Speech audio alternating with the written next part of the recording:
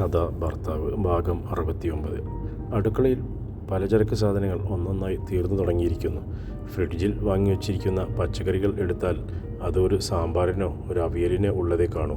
ബാക്കി വരുന്നത് ഒരു തോരന് തികയില്ല. കുറച്ച് പൈസ അത്യാവശ്യം സംഘടിപ്പിക്കാതെ ഇനി മുമ്പോട്ട് പോകാൻ ബുദ്ധിമുട്ടാണെന്ന് ശ്രീലേഖയ്ക്ക് തോന്നി. നാളെ ശനിയാണ്. ഞായറും കൂടി കഴിഞ്ഞാൽ പിന്നെ സുനിതയ്ക്കും ശ്രീകുട്ടനും സ്കൂളിൽ പോയി തുടങ്ങണം. പുറത്തുനിന്ന് സുനിത ആരോടോ സംസാരിക്കുന്നത് കേൾക്കാം. അയൽപ്പക്കത്തെ വീട്ടിൽ നിന്നും വന്നിട്ടുള്ള ആരോ ആവാനാണ് സാധ്യത. ആദ്യത്തെ 1-2 ദിവസം ഹോസ്പിറ്റലിലേക്ക് ചെല്ലുമ്പോഴുള്ള അവസ്ഥയെക്കുറിച്ച് ചിന്തിക്കാനേ പറ്റുന്നില്ല. വിവാദമായ ഒരു കൊലപാതക കേസിലെ പ്രതിയുടെ മകൾ, ഒരു പെൺകുട്ടിയോടുള്ള അക്രമത്തിനിടയിൽ കൊല്ലപ്പെട്ടയാളുടെ ഭാര്യ. ഇനിയും എത്രയെത്ര വിശേഷങ്ങളാണ് ഉണ്ടാവുക. അവിടെ തന്നെയും കാത്തിരിക്കുന്നതെന്ന് ഓർത്തപ്പോൾ തന്നെ തല ചുറ്റും പോലെ ശ്രീലേഖയ്ക്ക് തോന്നി. ശ്രീലേഖ ചെന്ന് അലമാരിയിൽ തൻ്റെ 1-2 ആഭരണങ്ങൾ സൂക്ഷിച്ചു വെക്കാറുള്ള ചെറിയ പ്ലാസ്റ്റിക് പെട്ടി എടുത്തു തുറന്നു നോക്കി. കൊളുത്തൊടിഞ്ഞ നൂൽവണ്ണമുള്ള ഒരു മാലയും ഭാരക്കുറവ് മൂലം പാമ്പിനെ പോലെ വളഞ്ഞുപോയ ഒരു വളയും അതിൽ ശേഷിക്കുന്നുണ്ട്. ഇതെല്ലാം ശ്യാമേട്ടൻ്റെ കണ്ണിൽപ്പെടാതെ ഇത്രയും കാലം കാത്തു സൂക്ഷിച്ചത് എങ്ങനെയെന്ന് ദൈവത്തമ്പുരാന് മാത്രമേ അറിയൂ. ശ്രീലേഖ ആ ആഭരണങ്ങൾ കയ്യിലിട്ട് ഒന്ന് ഭാരം നോക്കി. 1 മാസത്തേക്കുള്ള വീട്ടു സാധനങ്ങൾ, പാൽക്കാശ്, വൈദ്യുതി ബിൽ, കട്ടായി കിടക്കുന്ന ഡിസ്ചാർജ് ചെയ്യൽ, മൊബൈൽ ഫോൺ ചാർജിങ്, 3 പേർക്കുള്ള വണ്ടിക്കൂലി, ശ്രീകുട്ടനും സുനിതയ്ക്കും ട്യൂഷൻ ഫീ, മീൻ വാങ്ങിക്കാൻ മാറ്റിവെക്കേണ്ട പൈസ. ഓർത്തിട്ട് തന്നെ അവൾക്ക് തല പെരുത്തു. ശ്രീലേഖ ഒരു കടലാസ് എടുത്ത് എല്ലാം ഒരു ഊഹക്കണക്ക് വെച്ച് കൂട്ടി നോക്കി. വള മാത്രം കൊണ്ടുപോയി പണയം വെച്ചാൽ 3 ഗ്രാമിന് എത്ര പൈസ കിട്ടാനാണ്? എത്ര കിട്ടിയാലും ഒരാശ്വാസത്തിന് കയ്യിലിപ്പോൾ അതുണ്ടല്ലോ, അത് തന്നെ വലിയ കാര്യം. പുറത്തുനിന്ന് ഇപ്പോൾ സുനിതയുടെ ശബ്ദമൊന്നും കേൾക്കാനില്ലെന്ന് അവൾക്ക് തോന്നി. വന്നയാൾ പോയി കഴിഞ്ഞോ? അതോ സുനിതയും അവരുടെ കൂടെ പോയിട്ടുണ്ടാകുമോ? വിജയമ്മ ചേച്ചിയോടൊപ്പം അവരുടെ വീട്ടിലേക്ക് പോയാൽ പോലും സുനിത പറയാതെ പോകാറില്ലല്ലോ. ശ്രീലേഖ റൂമിൽ നിന്നിറങ്ങി പോരവേ പുറത്തേക്കൊന്നും ശ്രദ്ധിച്ചു സുനിതയെ പിടിച്ച് തിരിച്ചു നിർത്തി അവളുടെ നീണ്ട മുടി എണ്ണ പുരട്ടി ചീകിയൊതുക്കി വൃത്തിയാക്കുന്നത് കോമളമാണെന്ന് കണ്ടപ്പോൾ അവൾ അമ്പരന്നു പോയി. ഇത്രയും നേരവും സുനിത പുറത്തുനിന്ന് സംസാരിച്ചത് അമ്മയോടായിരുന്നോ? നീ ഇപ്പോൾ കുളിക്കാർ പോലുമില്ലേ പെണ്ണെ? 2 ദിവസം കൂടി കഴിഞ്ഞിരുന്നെങ്കിൽ നിന്റെ തലയിൽ വന്യമൃഗങ്ങൾ താമസമാക്കുമായിരുന്നല്ലോടി. അവളുടെ നീണ്ട മുടി 3ആയി വകുത്തെടുത്ത് കോമളം മെടഞ്ഞിടാൻ തുടങ്ങി. മുടിയൊക്കെ നല്ല വൃത്തിയിലും വിനയിലും സൂക്ഷിച്ചില്ലെങ്കിൽ അപ്പടി പൊഴിഞ്ഞു പോകുമേ പെണ്ണെ. പറഞ്ഞില്ലെന്ന് വേണ്ട, ഇതുപോലുള്ള മുടിയുണ്ടാകാൻ ഓരോന്നൊക്കെ എന്തൊക്കെ എണ്ണകളാണോ വാരി തേക്കുന്നത്. ഇവിടെ ഒരുത്തിക്ക് ഇതൊന്നും ചെയ്യാതെ നല്ല പനങ്കൊല പോലത്തെ മുടി വളർന്നപ്പോൾ അതിനെ കാത്തു സൂക്ഷിക്കാൻ മടി. അവർ മുടി മടഞ്ഞ ശേഷം അതിൻ്റെ തുമ്പിൽ പിടിച്ചു പിന്നിലേക്ക് വലിച്ചു. അമ്മേ, നോവുന്നെനിക്ക്. സുനിത ചിണുങ്ങി. പിന്നെ നോവുന്നു. എത്ര സമയമെങ്കിലും സ്കൂൾ വിട്ടു വന്നാലുടൻ മുടി കെട്ടയച്ചിട്ട് നല്ല തണുത്ത വെള്ളത്തിൽ കഴുകിയെടുക്കണം കേട്ടോ കൊച്ചേ. സുനിത മൂളി. എന്തോന്ന് ഇതൊക്കെ തനിയെ ചെയ്തോണം എന്നാ ഞാൻ പറഞ്ഞതിൻ്റെ അർത്ഥം. ചെയ്യാം അമ്മേ. എന്നാൽ ഇതെല്ലാം എടുത്ത് അകത്തേക്ക് കൊണ്ടുവയ്ക്ക്. പിന്നെ പോയെങ്കിലും ലേഖയോട് പറഞ്ഞിരുന്നാൽ മതി ഞാൻ വന്നിട്ട് പോയെന്ന്. അമ്മ പോവാണോ? ഒരു ഗ്ലാസ് വെള്ളം പോലും കുടിച്ചില്ലല്ലോ അമ്മയുടെ നിന്ന്. അകത്തേക്കൊന്ന് കയറിയതുമില്ല. അമ്മ ഇവിടെ വന്നതുപോലും അവൾക്ക് ചിലപ്പോൾ ഇഷ്ടപ്പെടില്ല മോളെ. അതറിയാമെങ്കിലും നിങ്ങളുടെ തനിച്ചാണല്ലോ എന്നോർക്കുമ്പോൾ അമ്മയ്ക്ക് അവിടെ സമാധാനത്തോടെ ഇരിക്കാൻ പറ്റില്ല കുഞ്ഞെ. അതുകൊണ്ടാണ് അമ്മ ഇങ്ങോട്ട് ഓടി വരുന്നത്. ഇവിടെ വന്ന് നിങ്ങളെ കണ്ടിട്ട് പോകുമ്പോൾ ഒരാശ്വാസം കിട്ടും. ഓട്ടോടി, പിന്നെ വരാം. നീ എന്നാൽ അകത്തേക്ക് കയറിപ്പോ. അതും പറഞ്ഞ് കോമളം തിരിഞ്ഞു നോക്കുന്നത് ശ്രീലേഖയുടെ മുഖത്തേക്കാണ്. അവൾ എപ്പോഴോ അവിടെ വന്ന് നിന്നതാണെന്നും താൻ പറഞ്ഞതൊക്കെ അവൾ കേട്ടിട്ടുണ്ടാകുമെന്നും ഓർത്തപ്പോൾ കോമളത്തിൻ്റെ മുഖത്ത് ജാള്യത കലർന്ന ഒരു ചിരിയുണ്ടായി. നീ എന്താ മോളെ അമ്മ വന്നിട്ട് അകത്തേക്ക് കയറ്റിയിരുത്താതെ അവിടെ നിന്ന് തന്നെ നിർത്തിയത്? ശ്രീലേഖ സുനിതയോട് ചോദിച്ചു. ഞാൻ കയറിയിരിക്കാൻ പറഞ്ഞതാ ചേച്ചി. അമ്മയാ പറഞ്ഞത് മുറ്റത്ത് നിന്നാൽ മതി, നല്ല കാറ്റുണ്ടല്ലോ എന്ന്. ചിലപ്പോൾ ചേച്ചി എന്തെങ്കിലും പറഞ്ഞാലോ എന്ന് കരുതിയിട്ടുണ്ടാവും അമ്മ. ഞാനെന്ത് പറയാൻ അമ്മയോട്? അവൾ എന്തോ അത്ഭുതകരമായ വാക്ക് കേട്ടതുപോലെ കോമളത്തിൻ്റെ മുഖത്തേക്ക് നോക്കി. ചേച്ചിയല്ലേ സുഖവേട്ടനോട് പറഞ്ഞത് മേലിൽ ഇവിടെ വന്നു പോകരുതെന്ന്? അതുപോലെ അമ്മയോടും പറഞ്ഞാലോ എന്ന് അമ്മയ്ക്ക് തോന്നിയിട്ടുണ്ടാകും. അമ്മയോട് ഞാനെന്തിന് അങ്ങനെ പറയണം? അമ്മ അതിന് എന്നോട് എന്തു ചെയ്തു? സുഖവേട്ടൻ ചേച്ചിയോട് എന്തെങ്കിലും തെറ്റ് ചെയ്തിട്ടാണോ ചേച്ചി സുഖവേട്ടനോട് അങ്ങനെ പറഞ്ഞത്? അമ്മയും അതുപോലെ തന്നെയല്ലേ ഉള്ളൂ ചേച്ചി. അമ്മ കയറി വാ, ഉച്ചയായില്ലേ, ചോറുണ്ടിട്ട് പോയാൽ മതി. സുനിതയുടെ ചോദ്യം അവഗണിച്ചിട്ടെന്നോണം ശ്രീലേഖ കോമളത്തെ നോക്കി പറഞ്ഞു. ചോറൊന്നും വേണ്ട മോളെ, നിനക്കെന്നോട് പിണക്കമൊന്നുമില്ലല്ലോ, അത് മതി അമ്മയ്ക്ക്. ഇന്നലെ ഇങ്ങോട്ട് വന്ന് നിങ്ങളുടെ കാര്യമൊന്നും അറിയാഞ്ഞിട്ട് വല്ലാത്ത വീർപ്പുമുട്ടലായിരുന്നു മനസ്സിൽ. ഇപ്പോൾ അത് മാറി. ശ്രീലേഖയ്ക്ക് പിന്നാലെ കോമളം അകത്തേക്ക് ചെന്നു. അമ്മയ്ക്കൊരു നാരങ്ങ വെള്ളം എടുക്കട്ടെ, കുറേ നേരമായല്ലോ വന്നിട്ട്, ശ്രീലേഖ ചോദിച്ചു. എന്തെങ്കിലും താന്നി, കുറച്ച് നേരമായി മുറ്റത്ത് നിന്നതുകൊണ്ട് കാലിന് വല്ലാത്ത വേദന. കോമളം അവിടെ കിടന്നു ഒരു കസേരയിലേക്ക് ഇരുന്നു. ശ്രീലേഖ നാരങ്ങ പിഴിഞ്ഞെടുക്കാനായി അടുക്കളയിലേക്ക് പോയി. അവൾക്ക് പിന്നാലെ സുനിതയും ചെന്നു. ശ്രീലേഖ നാരങ്ങ എടുക്കാനായി ഫ്രിഡ്ജ് തുറക്കവേ സുനിത അതിൻ്റെ വാതിലിൽ പിടിച്ചു. തുറക്കേണ്ട ചേച്ചി, അതിൽ നാരങ്ങയില്ല. ഒരെണ്ണം ഇരുന്നത് രാവിലെ ഞാനും ശ്രീകുട്ടനും കൂടി എടുത്തു പിഴിഞ്ഞു കുടിച്ചു. പഞ്ചസാര തീർന്നു പോയതുകൊണ്ട് ഞങ്ങൾ ഉപ്പിട്ടാ കുടിച്ചത്, സുനിത പറഞ്ഞു. അമ്മയോട് ഇനി എന്ത് പറയും, ഞാനിപ്പോൾ നാരങ്ങ വെള്ളം കൊണ്ടുവരാമെന്ന് പറഞ്ഞു പോയല്ലോ.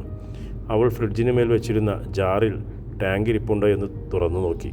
അത് ഇന്നലെ തീർന്നു. അതിൽ ഇന്നലെ വൈകിട്ട് ശ്രീകുട്ടൻ വെള്ളമൊഴിച്ച് ഊറ്റിയെടുത്തു. ശ്രീലേഖ നിരാശയോടെ ജാർ ഇരുന്നിടത്ത് തന്നെ വെച്ചു. ചേച്ചി ഒരു കാര്യം ചെയ്യ്, ഏതായാലും അമ്മയോട് ചോറുണ്ണാമെന്ന് പറഞ്ഞതല്ലേ, ചേച്ചി ചോറ് വിളമ്പാൻ നോക്ക്. ചോറ് തിന്നുന്നതിന് മുമ്പേ ആരാ നാരങ്ങ വെള്ളം കുടിക്കുന്നത്? എന്നിട്ടും ശ്രീലേഖ മടിച്ചു നിൽക്കുന്നതോടെ സുനിതയ്ക്ക് സംശയമായി. എന്താ ചേച്ചി, ചോറ് വയ്ക്കാനുള്ള അരിയും തീർന്നു പോയോ? സുനിത ചോദിച്ചു. അതല്ലടി, 1-2 കൂട്ടം കറിയേ കാണൂ, അതും കൂട്ടി എങ്ങനെയാടി അമ്മയ്ക്ക് ചോറ് കൊടുക്കുക?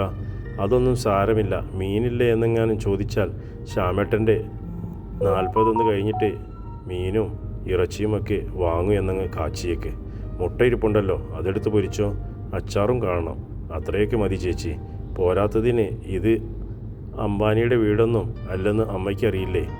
അവർ സംസാരിച്ച് നിൽക്കെ കോമളം അവിടേക്ക് വന്നു. വെള്ളം എടുത്തുകൊണ്ട് വരാമെന്ന് പറഞ്ഞ് പോന്നിട്ട് രണ്ടും കൂടി ഇവിടെ വന്ന് നിന്ന് കാര്യം പറഞ്ഞുകൊണ്ട് നിൽക്കുവാണോ? എവിടെ നാരങ്ങ വെള്ളം? അവർ കൈനീട്ടി. അമ്മേ, ചേച്ചി പറയുമായിരുന്നു നാരങ്ങ വെള്ളം കുടിച്ചാൽ അമ്മ ഇനി ചോറുണ്ണാതെ പോയി കളയുമെന്ന്. അതുകൊണ്ടൊരു മുട്ട കൂടി പൊരിച്ചെടുത്ത് അമ്മയ്ക്കും ഞങ്ങൾക്കുമെല്ലാം ചോറുണ്ണമെന്നാണ് ചേച്ചി പറഞ്ഞത്. എന്നാൽ അതായിക്കോട്ടെ, ഞാൻ തടസ്സം നിൽക്കുന്നില്ല. നീ ഫ്രിഡ്ജിൽ വെള്ളം ഇരിപ്പുണ്ടെങ്കിൽ ഇത്തിരി എടുത്ത് സുനിതയെ, വല്ലാത്ത ദാഹം, അവർ പറഞ്ഞു. അല്ലെങ്കിൽ വേണ്ട, ഞാനെടുത്തോളാം. അവർ പെട്ടെന്ന് ഫ്രിഡ്ജ് തുറന്നു. അതിൽ 1-2 കുപ്പി വെള്ളവും കുറച്ച് വാടിയ പച്ചക്കറികളുമല്ലാതെ മറ്റൊന്നും ഇല്ലായിരുന്നു. അതിൻ്റെ മുകൾ തട്ടിൽ ഒരു മുട്ട മാത്രം ഇരിപ്പുണ്ട്. അവർ ആ മുട്ട എടുത്തിട്ട് ഫ്രിഡ്ജ് അടച്ചു. ആ മുട്ട അവർ ശ്രീലേഖയ്ക്ക് നേരെ നീട്ടി. പൊരിക്കേണ്ടവർക്ക് പൊരിച്ചു കൊടുക്ക്, കറി വേണ്ടവർക്ക് മുട്ടക്കറിയും വെച്ച് കൊടുക്ക്, പിടിക്കടി, അവർ ഗൗരവത്തോടെ ശ്രീലേഖയോട് പറഞ്ഞു. ശ്രീലേഖ അത് കയ്യിൽ വാങ്ങിയതോടെ കോമളം അടുക്കളയിൽ എന്തൊക്കെ വെച്ചിട്ടുണ്ടാക്കിയിട്ടുണ്ടെന്ന് നോക്കി. ഒരു കലത്തിൽ ചോറിരിപ്പുണ്ട്, 1-2 കൂട്ടം കറിയുമുണ്ട്. 3 പേരുള്ള വീട്ടിൽ വെച്ച ചോറ് കണ്ടാൽ അറിയാം അത് അരിഷ്ടിച്ച് എടുത്തിട്ടുള്ളതാണെന്ന്. കോമളം ഓരോ സാധനങ്ങളും വെച്ചിട്ടുള്ള ടിന്നുകളും ജാറുകളും നോക്കി. പഞ്ചസാര തീർന്നു പോയിരിക്കുന്നു. തേയില ഒരു ദിവസത്തേക്കുള്ളത് കഷ്ടിച്ച് കാണുമെന്ന് പറയാം. പലവ്യഞ്ജന പൊടികളൊക്കെ 1 സ്പൂണോ 1/2 സ്പൂണോ ശേഷിക്കുന്നുണ്ട്. അരിക്കലത്തിലാണെങ്കിൽ ഒരു നായി അരി തികച്ചില്ല. നാളത്തേക്കുള്ള ഒറ്റ സാധനമില്ലല്ലോ കൊച്ചുങ്ങളെ ഈ വീട്ടിൽ. നാളെ നിങ്ങൾ എന്തെടുത്തിട്ട് വേവിക്കും? ഉപ്പ് പോലും തീരാൻ പോകുന്നു. ഞാൻ വാങ്ങിക്കേണ്ട സാധനങ്ങളുടെ ലിസ്റ്റ് എഴുതിയതാ അമ്മേ. ഉച്ച കഴിഞ്ഞു, കടയിലേക്ക് പോകാൻ പോവാ. ഇത്രയും തീർന്നു കഴിഞ്ഞിട്ടാണോടി വീട്ടു സാധനങ്ങൾ എടുക്കാൻ പോണത്? ഇത് പാത്രം പോലും കിടന്ന് നിലവിളിക്കുമല്ലോ. ശരി, നീ എഴുതിയ ലിസ്റ്റ് എവിടെ? ഞാനൊന്ന് കാണട്ടെ. അത് അകത്തിരിക്കുക അമ്മേ. അതിങ്ങോട്ട് കൊണ്ടുപോടി, ഞാനൊന്ന് വായിച്ചു നോക്കട്ടെ. ഞാനൊരു വീട്ടമ്മയല്ലേ, അതിലെന്തെങ്കിലും നീ എഴുതാൻ വിട്ടുപോയിട്ടുണ്ടെങ്കിൽ ഞാൻ പറഞ്ഞു തരാം. അത് അമ്മേ, ഞാൻ ഓരോന്നായിട്ട് എഴുതിക്കൊണ്ടിരിക്കുന്നേ ഉള്ളൂ. എഴുതിയിടത്തോളം എന്തൊക്കെയുണ്ടെന്ന് ഞാൻ നോക്കട്ടെ, എടുത്തോണ്ട് വാ. എന്നിട്ടും ശ്രീലേഖ മടിയോടെ നിൽക്കുന്നത് കണ്ടപ്പോൾ അവർക്ക് സംഗതി പിടികിട്ടി. എഴുതിയ ലിസ്റ്റിലെ സാധനങ്ങൾ എല്ലാം വാങ്ങിക്കാൻ നിൻ്റെ കയ്യിൽ കാശുണ്ടോ മോളെ? അവർ അവളുടെ കണ്ണുകളിലേക്ക് നോക്കി തിരക്കി. അവൾ ശിരസിളക്കി. എത്ര രൂപയുണ്ടെന്ന് നിൻ്റെ കയ്യിൽ? ഒരു മാസത്തേക്കുള്ള സാധനം ഒരുമിച്ചെടുക്കേണ്ടേ? 10-10,000 രൂപയെങ്കിലും വേണ്ടേ? അതുണ്ടോ നിൻ്റെ കയ്യിൽ? അത്രയും കാണുമോയെന്നറിയില്ല, അത്യാവശ്യം കുറച്ച് കാണും. ആ കുറച്ച് എത്രയാണെന്നാണ് ഞാൻ നിന്നോട് ചോദിച്ചത്. ഇനിയും അമ്മയ്ക്ക് മുമ്പിൽ പിടിച്ചു നിൽക്കാൻ പറ്റില്ലെന്ന് അവൾക്ക് ഉറപ്പായി. പൈസയായിട്ട് ഒന്നുമില്ലമ്മേ, ഒരു വള ഇരിപ്പുണ്ട്, ആർക്കും ഉപയോഗമില്ലാതിരിക്കുക. അതൊന്ന് പണയം വയ്ക്കാമെന്ന് കരുതി അടുത്ത മാസം ശമ്പളം കിട്ടുമ്പോൾ അത് തിരിച്ചെടുക്കാമല്ലോ.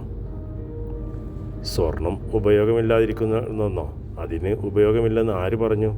ഞങ്ങളൊക്കെ ഇവിടെ ഉള്ളപ്പോൾ അതുകൊണ്ട് പോയി പണയം വെച്ചിട്ട് വേണോ മോളെ വീട്ടു സാധനം വാങ്ങിക്കാൻ?